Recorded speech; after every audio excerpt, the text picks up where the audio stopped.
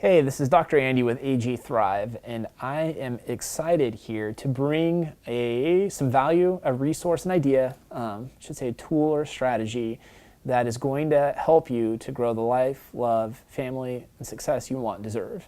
And the particular idea or concept that I want to address today is a little, it's like an affirmation that I often use with my kids and remind myself of, but whatever you expect, you get.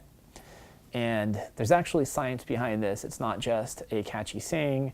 Well, I don't know how catchy it is, but it is a saying. At least it is in my household.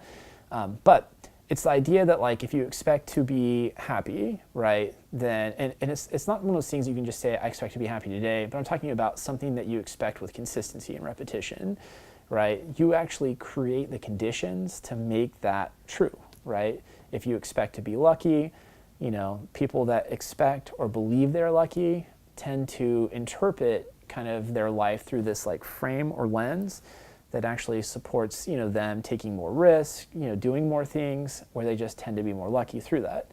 And there's actually the expectancy like theory or concept. And so let's say there's someone at work that we know that we tend to have conflict with, right? And every time that we see them, our brain is like a little prediction machine, right? It's constantly trying to predict like what's coming, what's going to happen in order to like be more efficient. And so because it knows we're going to run into that person, it will start to release neurochemicals consistent with the expectation before we actually even see that person. So oftentimes we'll feel that like feeling in our stomach of like, oh no, that person's here, before we actually see them. And that's in part because of that expectancy theory, right? And so then we go in there, and because we're already expecting confrontation and our body's totally primed at this point for conflict, you know, we're probably going to interpret, you know, even things that might be somewhat neutral through this lens or prism of, you know, they're trying to start a fight with me, or, you know, they're being judgmental or critical, and maybe they were, but because you went in there expecting it, it increased the likelihood that it happened, right?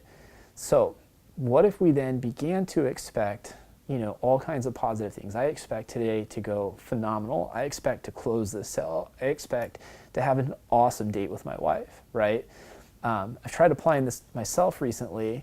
I realized sometimes because of what I do, right? Like I have these deep discussions, these meaningful, powerful encounters all day long.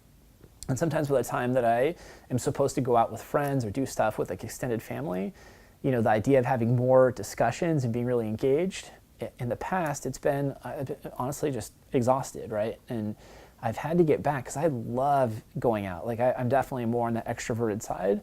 And so I love being around people and engaging and asking questions and things like that. So I've had to get back to expecting to have fun in these encounters, to expect to go out and to have a great night. And when I realized that I was setting that expectation before we even went out, it totally changed my demeanor. It changed the way that I was engaging with people, and it primed my body because I could tell, I felt more confident going into these moments, and you know, going to these dinner dates and going out with friends and stuff, and meeting new people. And it all started because I changed my expectation. I started to expect to have a great time. So you can really apply that just about anywhere. And you're just basically priming your brain and your body to start to create the conditions that are consistent with the outcome you want to have.